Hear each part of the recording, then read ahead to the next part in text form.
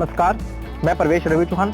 निर्भया के चारों दोषियों को आज सुबह 5:30 बजे फांसी दे दी गई। 16 दिसंबर 2012 को 23 वर्षीय फिजियोथेरेपी छात्रा के साथ चलती बस में गैंगरेप किया गया था। 7 साल चली लंबी कानूनी लड़ाई के बाद आज सुबह 20 मार्च 5:30 बजे चारों दोषियों मुकेश, विनय, अक्षय और पवन को फांसी दे दी गई। इस मामले में 6 आरोपी बनाए गए थे। इनमें से एक दोषी ने सजा काटने के दौरान जेल में आत्महत्या कर ली। उसका नाम राम सिंह था। ऐसा भी कहा जा रहा है कि राम सिंह ने इस वजह से आत्महत्या की थी क्योंकि शर्म की वजह से जिस तरह समाज में उसकी छवि बन गई थी, उसको इस डर की वजह से उसने आत्महत्या कर ली। दूसरा दोषी एक नाबालिग था जिस वजह से वह बच निकला। बाकी बचे 4 आरोपियों को आज सुबह 5:30 बजे फांसी के तख्ते पर झुला दिया गया। सवाल ये उठता है, क्या फांसी देने के बाद रेप की घटनाएं कम हो जाएंगी या रेप की घटनाएं में बढ़ोतरी होंगी? ये भी एक शोध का विषय बना हुआ है। यह तस्वीरें हमारी एक्सक्लूसिव हैं। यह दृश्य सुबह का है। गेट नंबर 3 के बाहर दोषियों को फांसी देने के बाद वहां पर आप लोगों का जमावड़ा देख सकते हैं। आप तस्वीरों में देख सकते हैं किस तरह एक शख्स अपनी खुशी जाहिर करते हुए पोस्टर लिए हाथ में घूम रहा है। फांसी देने के बाद इसी एम्बुलेंस से चारों की लाश को पोस्टमार्टम के लिए अस्पताल ले जाया जा रहा है। मीडिया रिपोर्ट्स के मुताबिक फांसी से पहले पवन, मुकेश, अक्षय और विनय के चेहरे पर खौफ साफ तौर से नजर आ रहा था। दरअसल फांसी से एक रात पहले यानी गुरुवार को सभी दोषी तिहाड़ जेल में अपनी नींद भी ठीक से नहीं ले पा रहे थे। वो सोए तक नहीं थे। 19 मार्च 2020 की रात दोषी मुकेश और विनय ने रात का खाना तक नहीं खाया। सुबह 3:30 बजे जब सुप्रीम कोर्ट ने दोषियों की याचिका खारिज कर दी, तब इनकी घबराहट खुलकर सामने आने लगी। मीडिया रिपोर्ट्स के मुताबिक तिहाड़ जेल प्रशासन ने फांसी से पहले होने वाली प्रक्रियाओं के तहत इन चारों को सुबह नए कपड़े पहनने के लिए दिए। इनमें से एक दोषी ने नए कपड़े पहनने से इनकार कर दिया। इतना ही नहीं, फांसी से चंद वक्त पहले जब जेल के सुरक्षा प्रहरी इन सभी को लेकर फांसी घर की तरफ जा रहे थे, तब एक दोषी फांसी के लिए आगे नहीं आ रहा था। यह दोषी घबराकर फांसी घर में लेट गया। एक दोषी फांसी के लिए आगे नहीं जा रहा था, जिसके बाद फांसी घर में मौजूद लोग उसे जबरदस्ती आगे लेकर गए। फांसी से पहले 2 दोषियों ने अपने हाथ बंधवाने से भी इनकार कर दिया। फिर पुलिस वालों की मदद से इनके हाथ बांधे गए थे। बता दें कि फांसी के बाद करीब आधे घंटे तक इन चारों का शव फांसी के तख्ते पर लटका रहा। आधे घंटे बाद मेडिकल ऑफिसर ने इनकी नब्ज की जांच की और इनकी मौत की पुष्टि की। मौत की पुष्टि होने के बाद इनका पोस्टमार्टम किया गया। इससे पहले गुरुवार की रात तिहाड़ जेल प्रशासन ने इन चारों कैदियों को लेकर अपनी सुरक्षा व्यवस्था भी कड़ी कर दी थी। चारों पर कड़ी निगरानी इसलिए रखी जा रही थी ताकि वो खुद को नुकसान ना पहुंचा ले। आपको सीधे लेकर चलते हैं तिहाड़ जेल के गेट नंबर 3 पर, जहां पर बातचीत की हमारे सहयोगी अजय राज मीना ने। देखिए हमारी खास रिपोर्ट। इस वक्त मैं मौजूद हूँ तिहाड़ जेल के गेट नंबर 3 के सामने। ये वही गेट है जो आपको दिख रहा है।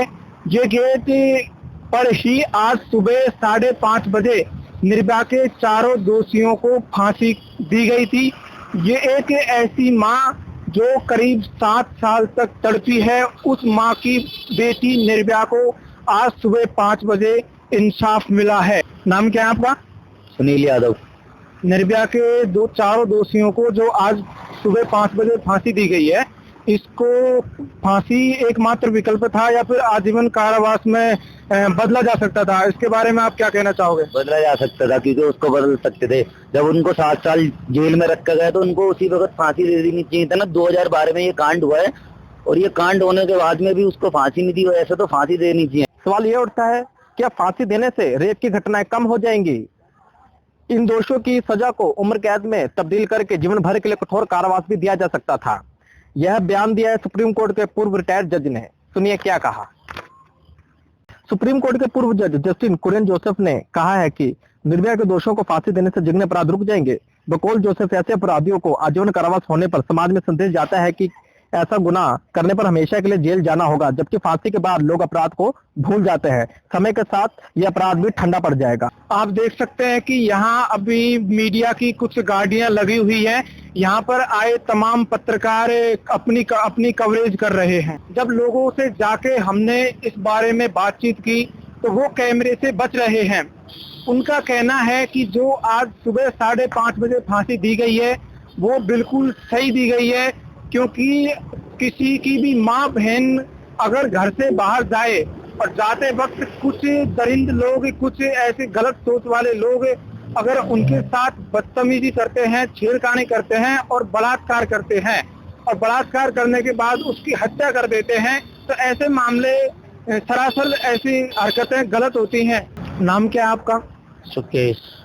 अच्छा, जो आज सुबह 5:30 बजे निर्भया के चारों दोषियों को फांसी दी गई है, या ये सही है या फिर उसे आजीवन कारावास भी दे सकते थे? भाई ये तो सरकार ही बताएगी कि आजीवन कारावास सही थी इन्हें या आज फांसी सही है। लेकिन कुछ ऐसा दिखाते जो आने वाली युवा पीढ़ी इस कार्य को करने से पहले सोचती, ऐसा कुछ दिखा के जब। आपका मत क्या है इस फांसी को लेकर के? कुछ भी नहीं है, मैं तो बस एक आम आदमी हूँ, जैसा भी हूँ मैंने सुना तो ठीक ही है।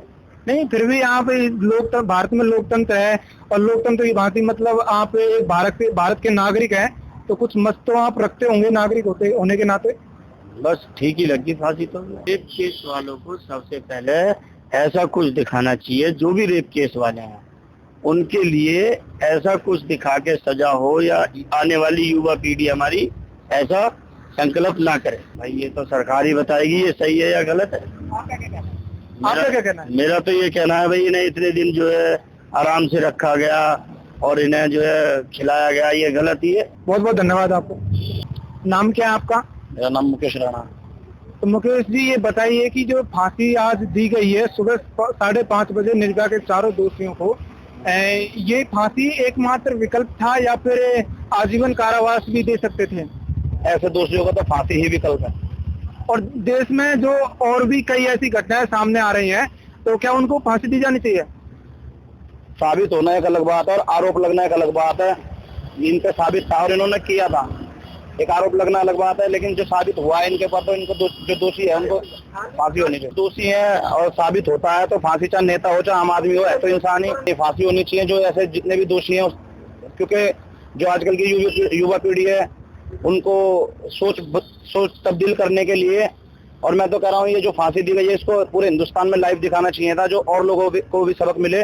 आने वाली युवा पीढ़ी भी समझेगा भाई ऐसे ना हो, क्योंकि हमारे घर में भी माँ बहन बेटियां हैं, तो कल आज निर्भया के साथ हुआ, कल हमारी बेटी के साथ भी हो सकता है, आपके भी साथ हो सकता है, किसी के भी साथ हो सकता है। तो इस चीज पर रोक लगे, और युवा पीढ़ी को सबक मिले कि भाई नहीं, इस चीज को हमें नहीं करना। भैया देखो, आप किसी को मुंह से समझाओगे, प्यार से समझाओगे, डरा के समझाओगे, नहीं समझ पाएगा। लेकिन जब एक मृत्यु होते हुए आदमी लाइव देखेगा तो कहेगा भाई हमें ये सब इससे दूर रहना चाहिए, हमें नहीं करना चाहिए। एक्शन लेना बहुत जरूरी है। जब तक आप एक्शन नहीं लोगे, जब तक कुछ नहीं होगा। क्योंकि हमारे जो सिस्टम है, हमारे सिस्टम के अंदर बहुत कमी है। हम जब तक अपना सिस्टम चेंज नहीं करेंगे, जब तक सोच नहीं बदलेगी।